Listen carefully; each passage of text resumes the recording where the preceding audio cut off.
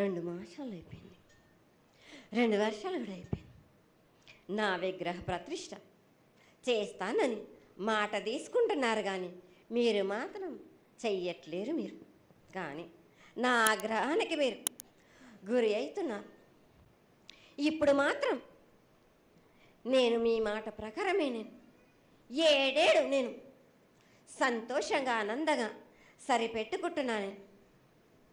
నా బాలబచ్చలందరినీ నేను ఏ ఆపద వచ్చినా నేను కాపాడుతున్నా. నేను ఏ ప్రమాదాలు వచ్చినా కానీ కాపాడుతున్నా. నేను మీరు మాత్రం నా మాటకు మాత్రం ఆచరించట్లేరు. నేను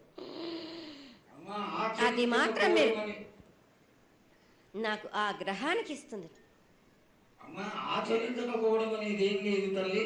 ఎసురుబాటు లేక ప్రతిష్ట చేయలేకపోతున్నామే తప్ప చేయకూడదనేది ఇట్లా కాదు తల్లి. ఒకటి ఇద్దరు అడ్డుపుల్ల వేసినందువల్ల ప్రతిష్ట ఆగిపోయింది.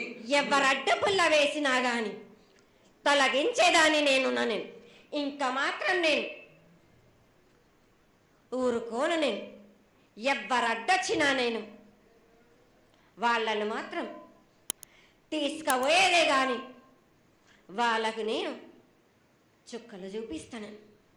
ఇంకా మాత్రం నేను మాత్రం ఊరుకోను బాలక.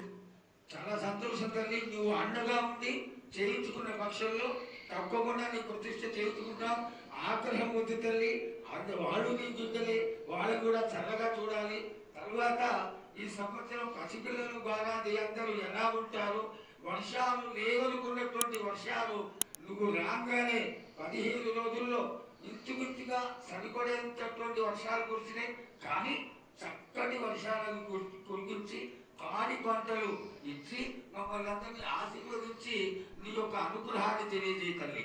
పాడి పంటలేనా దానికి సమానంగా ఉన్నది బాలకు.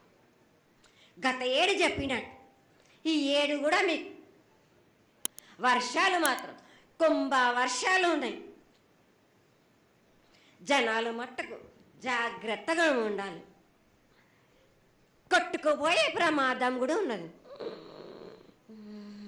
అగ్ని ప్రమాదాలు ఉన్నాయి. కుంభ వర్షాలు ఏడేడు కాదు, ఈ ఏడు భారీగా ఉన్నాయి. జనాలు మట్టుకు సగానికి సగం కొట్టుకుపోతూనే ఉంటారు. వాళ్ళకు ప్రాణ నష్టం కూడా జరుగుతుంది. అది జరగకుండా ఆపాల్సిన బాధ్యత నీదే కదా తల్లి.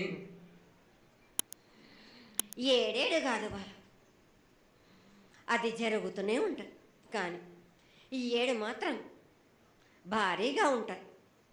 ప్రమాదాలతో పాటు వాయి వరుసలు లేకుండా జనాలు మట్టు బాలబచ్చలు ఇట్లా ప్రవర్తిస్తుంటారు. ఎట్లెట్లా ఈ విధంగా మీరు చేస్తుంటారు.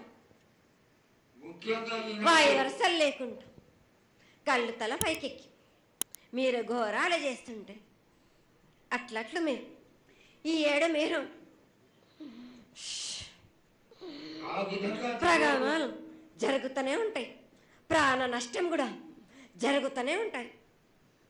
వాళ్ళని మాత్రం నేను మాత్రం వదిలిపెట్టను. నేను